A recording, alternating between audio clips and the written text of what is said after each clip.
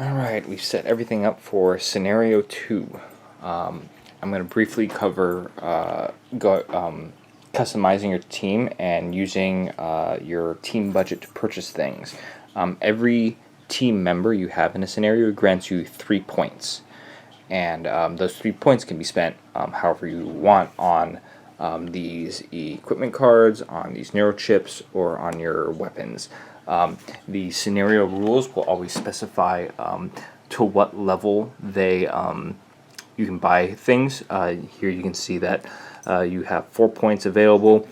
Oh, I'm sorry. I think in general scenarios it's 3 per person, but these specified scenarios are defined as a set budget. So you have 4 points. Extra gear this mission, you only can buy commercial stuff. So I'm actually going to have to modify some stuff. One thing I'll note that the Nakamura guys, they have, being CEO has this privilege, any Nakamura branded equipment costs 1 availability lower. You have 3 different availabilities. You have commercial, military, and black market. According to the rule book, I think it's also on page 19, any commercial item costs 1 point, military costs 2 points, and black market costs 4 points. So in this instance, if you found any military level Nakamura equipment, you would be able to purchase it for this mission and purchase it at the cost of a commercial equipment, which would be 1 point. But I don't believe that exists. So we have 4 points. These here are default and these here are default. So what I'm going to do is I'm going to spend this. I give him this, which is a close combat weapon. It's commercial, so it's only 1 point. Each one of these are commercial, so they're also 1 point. So that's 3. And sorry, Marcus Hoffman, I'm going to have to get rid of these for you because I thought we had 6 team budget, but we don't.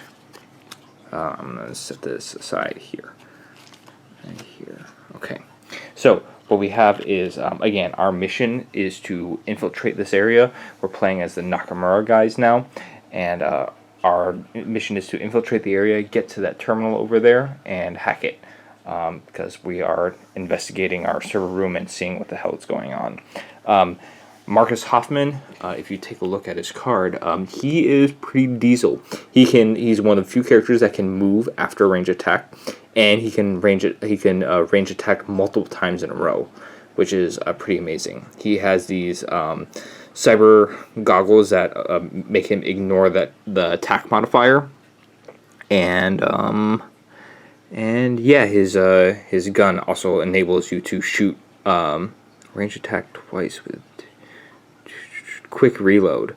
So yeah, you could if you range attack twice, you do a little bit less damage. But again, we're shooting drones, and drones only have 1 HP, so not exactly a big deal.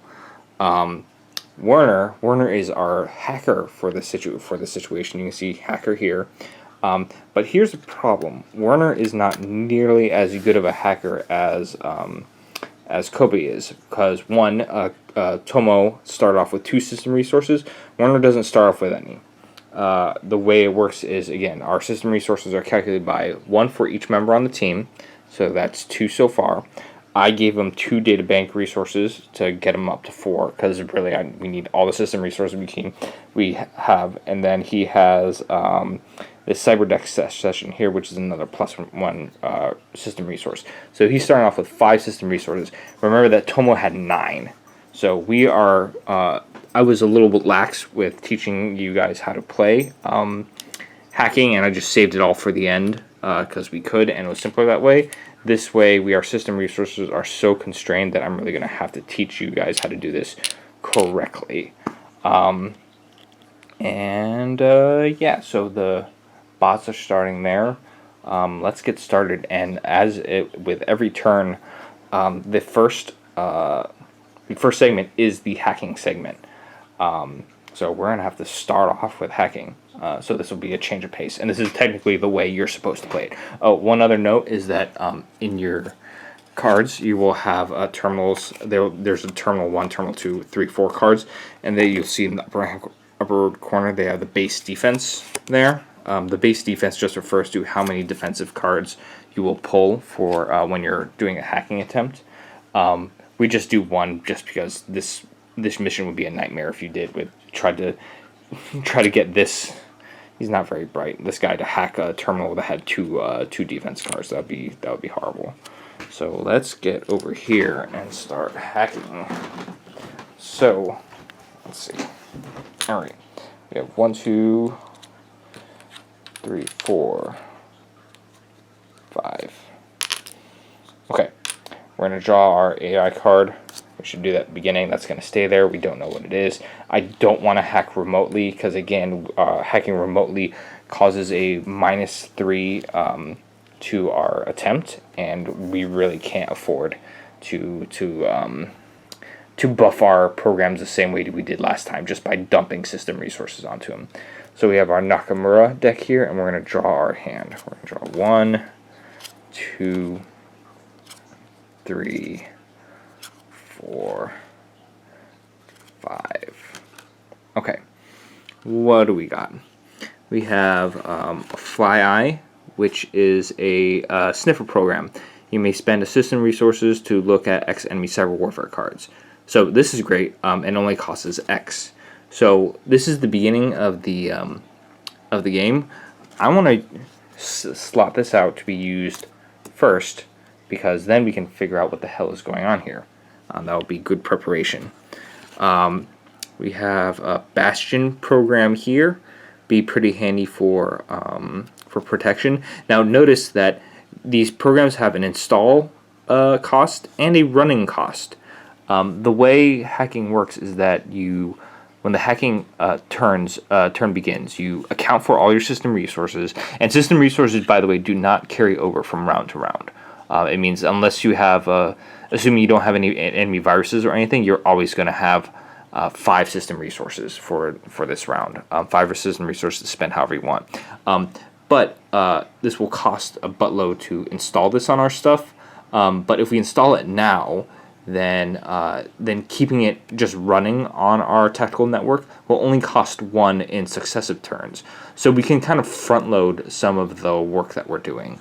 So let's see if we have any viruses that are good that we can do that with. So we have another Bastion. We have a booster program that costs 1 and it adds 2 to any program strength. So that's pretty great. And then we have a virus here, which is install 2, strength 2. +1 strength when fighting against any terminal's defensive program. Okay, nice. So if we're fighting against an ice or a Bastion, then it's going to have +1 strength. But it's going to add +3 alarm tokens to the location of the attacking hacker. Luckily, assuming we win on the first try, that doesn't really matter for us. But yeah, hacking raises a lot of alarms. So here's what we're going to do. We're going to spend allocate 1 system resource to do this Fly Eye sniffing thing, and we're going to allocate 2 system resources to install this virus on our stuff to ready it for use. And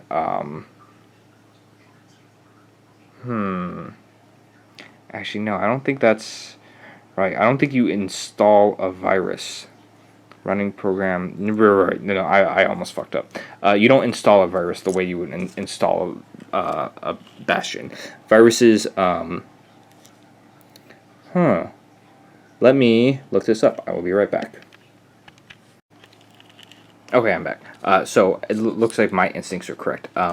Actually, you can install the virus on your own tactical network. It will save you some stuff to bank it now rather than later. If we were to hack an enemy hacker with this and we succeeded, this would get placed on their hacking network, and it would every turn it would reduce their available system resources by the amount that it costs to install it. So this would be sapping them of 2 system resources every turn. For us, we're going to spend 2 system resources to install it now, and then in successive turns, we're only going to have 1 system resource to keep it there. So yeah, this is a good a scenario to run in order to get used to hacking every turn and spending those turns leading up to a hack and preparing your tactical network. And then this one here is our booster program. We'll spend 1 install program 1 system resource here, and it's going to add 2 to any program strength. Note that if you have duplicates of like of viruses or worms, you can't like, if I have 2 viruses, one strength 2 and the other strength 3, I can't run them both at once. Be like, okay, I'm gonna mash this together as a super virus strength 5. No, you have to have one virus, and then you have these booster cards to raise its strength, and then you can dump system resources into it to raise its strength. So so that's what I'm going to do here. I'm going to spend this. I'm going to spend this system resource and this sniffer card, and I'm going to use this to look at what's on the enemy deck, and that card is immediately discarded, and then this replaces it in slot 1. So here, I mean, it's not really necessary, but you would be placing these face down. Okay, so let's take a look at, oh no, charge the battery pack. My thing is running out of batteries. This is it's a virus. It has strength 5. After infecting, this is not good. This is a very strong virus. We're gonna have to be very careful with this. Alright, so I'm gonna leave this face up, and that's all we're going to do with hacking right now. We've just spent this turn readying ourselves for hacking in the future. And here, I'm leaving our hand here. We have 2 cards. So our next hacking turn, we're going to draw 3 cards to fill our hand up to 5. Okay. Alright, real world phase. Nakamura team has the advantage, the initiative. So what we're going to do is we're going to open... sorry, I'm not going to open this door. Okay, battery ran out, so I had to recharge this. 2 things that I looked up and confirmed. One is that when you take over a terminal, all doors on the entire board lock instantly. And then the only way to open a door is to either hack the terminal of the right color, or you can force open doors. Forcing open doors is a advanced rule that is covered in the latter part of the book. Let me pull it open on page 51. You can have a door breaker chip that allows you, a neuro chip that allows you to open doors, or you can force lock doors here. Each attempt costs the character 1 action point. A single character has a 9 or 10 chance to open a locked door if equipped with a cyber arm or cyber legs. The chance increases to 8 to 10 if their physical skill value is 7 or more. And then once you break open a door, it cannot be closed again, ever. So pretty tough to open a force door. But yeah, basically what happens is once anyone hacks a terminal on the board, the only way you're going to get around is try to do remote hacking on the terminals. So yeah, that's stinky pants. So yeah, we finished our first hacking phase, and now we're going to do some real world phase stuff. So as we said before, Marcus Hoffman here is pretty insanely diesel. He can move after a ranged action attack, and he can use all of his actions for ranged attack action. So in this case, kind of counterintuitively, I don't want him to barge into this room here and start shooting these drones. I'm actually going to have Werner Kube here start hauling ass over to the objective. He's going to go 1, 2, 3, 4, and then 1, 2, open the doors free, 3, 4. And the door shuts behind him automatically. They're shutter style doors. So that's Werner Kube's actions, and now Marcus here is going to go 1, 2, 3, 4, and then 1, 2, 3, 4 up here. Sorry. Okay, so he's going to hold down the fort and make the drones come towards him. So now it passes off to the drone phase. No one shot anything, no one's done anything, so the only alarm tokens that are going to be generated here are alarm tokens by presence. So there's pretty little bookkeeping that needs to be done here. It's just the drones are going to be racing towards these guys. So let's start with this one down here. Again, drones have speed of 3, so they're going to go 1, 2, 3, and then go again 1, 2, 3. and then 1, 2, 3, 1, 2, and then he can't move anymore. You cannot move. You can't be in the same square as a friendly model, and you can't move through enemy models. But yeah, so they're stuck there. So yeah, that's the end of round 1. So now we're gonna move to turn 2, and we're gonna start with more hacking. The hacking phase is the beginning. So again, we had, partially to remind myself, we had this virus installed, and we had this this booster program installed. So just as we did before, our system resources replenish. 1, 2, I think we had 5 in total. 1, 2, 3, 4, 5. Yeah, we had 5 total. Okay, and then we're going to draw cards to get to the hand 5 limit. So 1, 2, 3, 4, 5. All right, let me pull a chair over. 1 second. Okay, let's take a look at what we have. We have another booster program. That's great. We have another sniffer program. We don't need a sniffer program because we already sniffed this program here. We saw that's a nasty worm. We have another virus program. Helpful if we're attacking multiple things, but we don't need that right now. We have a bastion program. Could be handy. And we have another bastion program. So the question is do we want to install a bastion program on ourselves, or just in case this virus beats us, so it doesn't outright destroy our defenses and penetrate our network, or not? Well, first things first. We have these programs are already installed here. We want to keep. We've spent the upfront cost to install them, but now we want to spend the lower cost to keep them running here.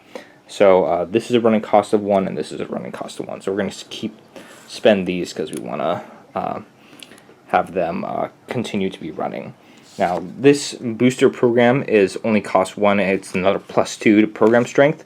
Let's install that there. It's going to be spent 3, so we now have a spare 2. Just for fun, let's install this bastion here. It costs 2, so I'm going to install that right here, and that's going to cost 2 here. Okay, so doop, doop. I don't really need to flip these over because, again, I'm playing against an AI, so it's not really any need to keep this secret. But if you're playing against another human, you would want to flip them over. Rather than not even flip them over, you would want to deploy them face down so the other person doesn't know what you're doing at all. Okay, so that's hacking phase. And now again to the real world phase. All right, Werner Kube is going to bust open to this terminal. He's going to go 1, 2, 3, 4, and he can stop there. Diagonals do count as adjacent for the purposes of close combat and close combat, range attacks, and for hacking terminals. Okay, so in this case, here, all right, Werner Marcus Hoffman here. I don't like these drones coming out, so he's going to go 1, 2, 3, and that's 1 action. And he's going to spend his second action shooting this guy. He does have an ability saying ranged attacks. He can shoot. His gun allows him to shoot 2 different targets if he wants at a -2 to damage. But I don't think he can do that because friendly models block line of sight. So this guy, or rather, enemy models block line of sight. So this guy here is blocking the line of sight to this guy here. So let's account for his shooting stats. He's got a physical of 6. He ignores attack modifier. It doesn't really matter because attack modifier is 0 in this hallway. He's got the muscles here that give him +1, so he's at a base 7. And he's not going to use the quick reload thing here. Not that it matters because that only affects damage. So he's at a base 7. So let's draw a can-do. He's got a score of 2. That is terrible. So he's at 9. The drone here is at speed 3. The drones can only dodge as a reaction. So he's going to do 3 plus 3 for the 6. Again, all dodge attempts are a speed plus 3. So 3 plus 3 is 6, plus 4. That is definitely better. So the drone successfully dodges. Marcus did nothing. Good job, you dumbass. And yeah, that's the end of the turn here. So, drone phase. These drones are going to move and attack. Friendly models do not block line of sight. You can communicate to each other, be like, "Oh, duck, I'm gonna shoot over your head." And so, what these drones can do here is shooting within close combat would give them a -3, and I don't think either of them need to get closer to get in range. So again, the general rule of thumb is do whatever is the smartest for the drones. Within limits, drones can move, attack. But in terms of like improving their stats, assume that the drones are going to shoot whenever it's most advantageous. One quick aside about drones is that if a drone enters a room and there are multiple targets available in the room, let's say the situation is like this, the drone will shoot the closest target. However, if it is impossible to determine which target is closest, the drone will shoot at both targets at no penalty. Just something to keep an eye out for. So yeah, let's do that. Also, a quick notice: if shooting at within range 1 gives you a -3 because you're shooting within close combat. Also, if you're shooting within close combat, you ignore the attack modifier anyway because there's no chairs or desks or anything to get in the way.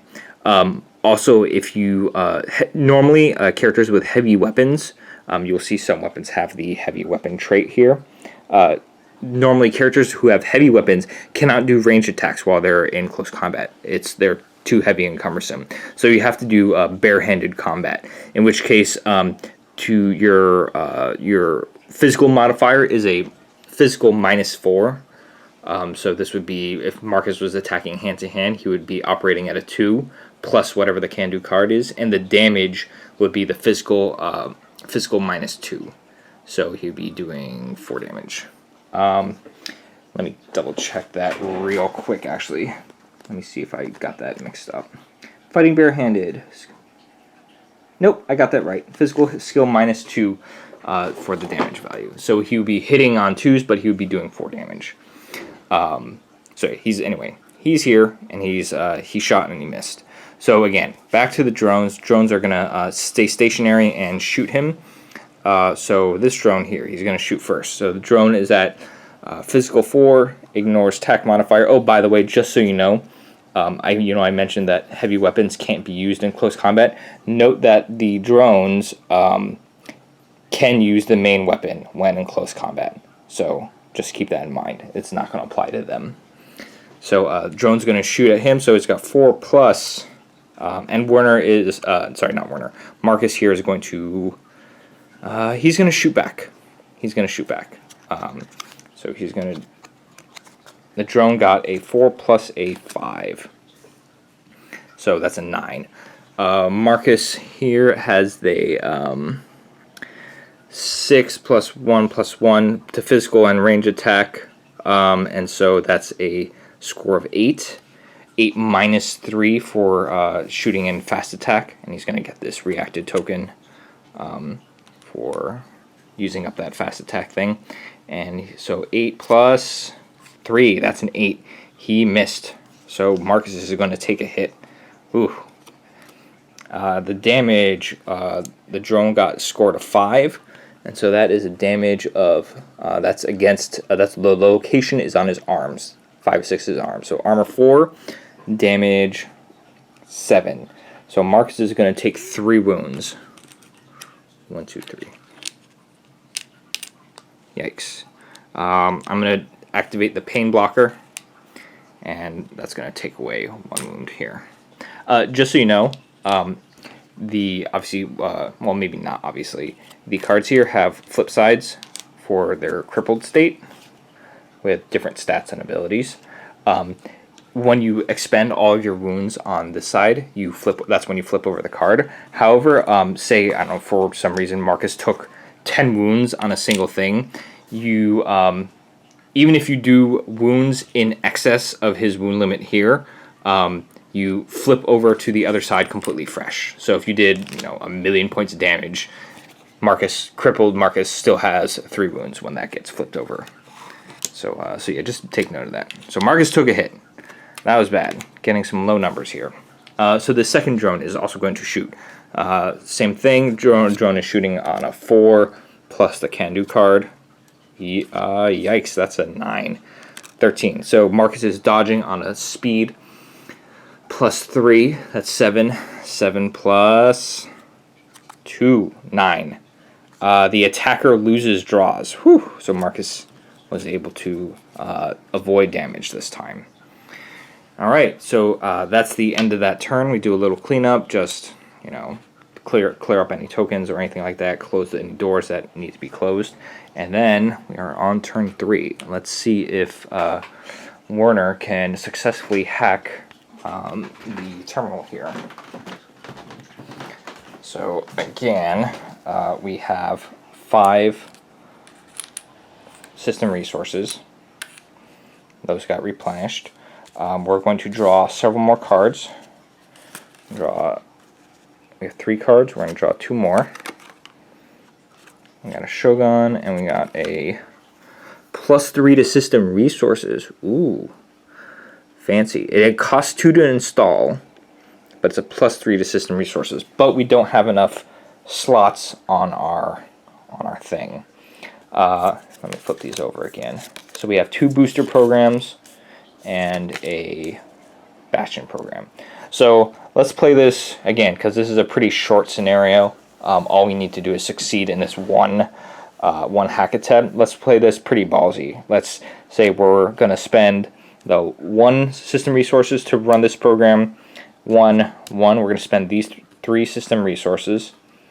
2, 3. These are spent. You are spent. Okay, we're not going to spend the system resources to continue running this program, so this is going to get discarded. And then what we'll do is we're going to install this program for 2. We're going to spend 2, and then immediately once you have spent the 2, you get 3 back. Hooray! So now we have 3 system resources to spend. So I guess here's what we're going to do. We're going to attack the strength. We're going to attack this virus here with our own virus. Our virus is a measly strength 2. It is not fighting a defensive program here. It's fighting an awesome offensive program, so it doesn't get that strength bonus. If this, I have to look to the attacking hacker. Yeah, this is this is going to set off major alarms when it goes off. But yeah, hopefully we're going to succeed, which will end the scenario immediately. So strength of 2. We got +2 to program strength, so strength of 4. Another +2 of program strength, strength of 6. So strength of 6, and then I'm going to dump 3 system resources onto this to boost this strength to 8. So we're doing an 8 versus a 5. So let's draw our card first. That's a 3. Not looking good. That's an 11 total. Versus a... Oh my god. Whew. Versus a 10. We just barely beat it. So the 8 plus 3 beats out 5 plus 5. So we won. We take over our the terminal here, and that wins us the scenario. Note that in longer games, when you take over scenarios, you then have the choice to install shit onto the AI terminals, so that to prove a hindrance to other teams trying to do that. So next turn, we could then get some more. Let's see, do we have any alarms here? We could take this Trojan horse and we say, okay, we're going to install this for 1. We're going to install our own viruses on this, so that the opposing team will have a big pain in the ass to to try to hack this. I think there was one other rule that I wanted to... Oh, there's one other use for system resources.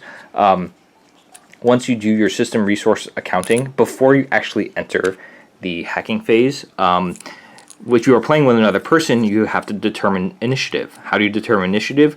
Well, you can secretly hold in your hand a number of system resources as your bid. And so, like I say, I bid 3 secretly, and then you draw can-do cards. So I'm going to bid 3, and then draw this. That's a 9, yay! So I got a 12 effectively. And say my opponent bid 1, and he got a 2. He lost 3. So I get to determine who goes first for both the for the hacking and the real world phases. And yeah, I don't remember if I mentioned this yet, but if you do get an enemy virus installed on your shit, let's say you have first, it takes up a slot on your tactical network, which sucks. Second, it saps your own system resources. So Werner here only has 5, and this is going to cost him 4 system resources every single turn. That is a freaking nightmare. That would basically prevent him from hacking the entire rest of the game because he only has 5 system resources. To get rid of an enemy virus that's on your own tactical network, you would have to either build up you can either run your own virus, or you can install an ICE against it, and then you would run a cyber attack, just the same way we do a cyber attack like this, but it would be done all on your own network. So you would use booster programs, dump system resources to boosting the strength, and then draw can-do cards. And then if you win, yay! That's you get to clear that space off your tactical network deck. The other thing is that if you start a turn with an enemy virus on your tactical network, every single member of your team has to take a cyber shock test. And again, a cyber shock test is drawing a can-do card, and if the can-do card exceeds your mental skill value, then your cyber shock goes up by 1. So if Werner has a mental skill of 4, that's pretty bad. He's kind of dumb. And he got a 5. Oh no, that would boost up his cyber shock level. Whereas Werner here, I'm sorry, Marcus has the 4. I can't read. Werner here has 5. He's still not a great hacker. So 1, so he would survive this cyber shock test. His cyber shock skill would not increase at all. So yeah, that's that. Hopefully this is becoming clearer and clearer. Oh, there is one thing that I do remember that I wanted to bring up. Say we have a situation like this. There is dodge. You can dodge both in your active and your reactive turn. If it is my turn and I'm moving, if I'm moving Marcus up 1, 2, 3. This is not a great example. Let's say we have drones here and here, and we have Harvey here. Harvey's on the board, being a pain in the ass. So opposing guys, and Marcus doesn't want to fight Harvey. Marcus just wants to get over to Werner and help him out. So Marcus goes 1, 2, 3, and then the player controlling Harvey here can declare a fast attack. Marcus is like, fuck that, I don't want to spend my my second action attacking back. I just want to get over to where Werner is. So at this point, the player being shot can always declare a free dodge.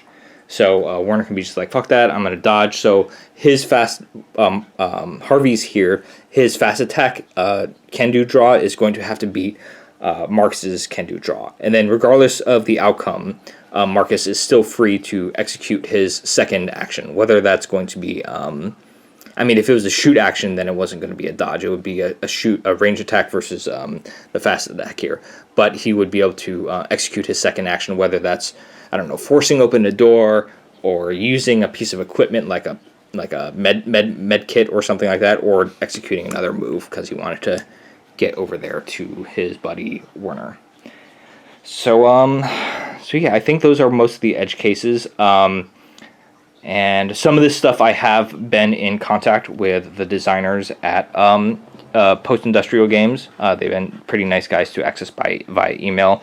And they know that the rulebook is a little bit confusing right now, and from what I understand, they are working on a rewrite.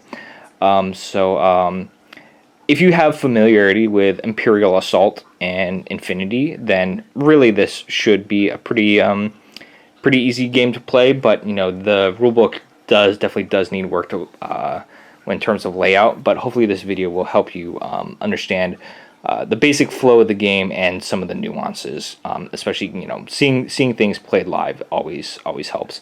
And then these terminal cards again. A lot of these things, they have a base value defense of 1 because they're easy scenarios. If you want to kick yourself in the nuts, you can increase that base value of 2, and then you're going to have to hack against 2 enemy AI cards at once. So if you have a virus, first you have to hack against the first card, and then if it beats that, you're going to immediately have to carry out another can-do attack against the second card. And if it fails, that first card gets redrawn. You're always going to have to fight against 2 cards at once. So yeah, sounds pretty scary. The other thing is that the rulebook has some extra rules that I'm not going into, like grenades and mines, for example. That's on page 28. Pretty straightforward. I haven't played them with them myself, but you can check out the rules here. And mines are just nasty. Let's see.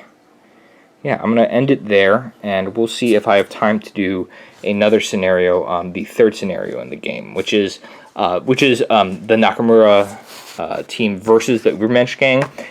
I haven't gotten to play it because it's human versus human. You can't play it with AI rules. There are still drones on the board, but yeah, that's... what was I going to say? Yeah, there still are drones on the board, so I think theoretically you can play with 3 people if one person controls the drones.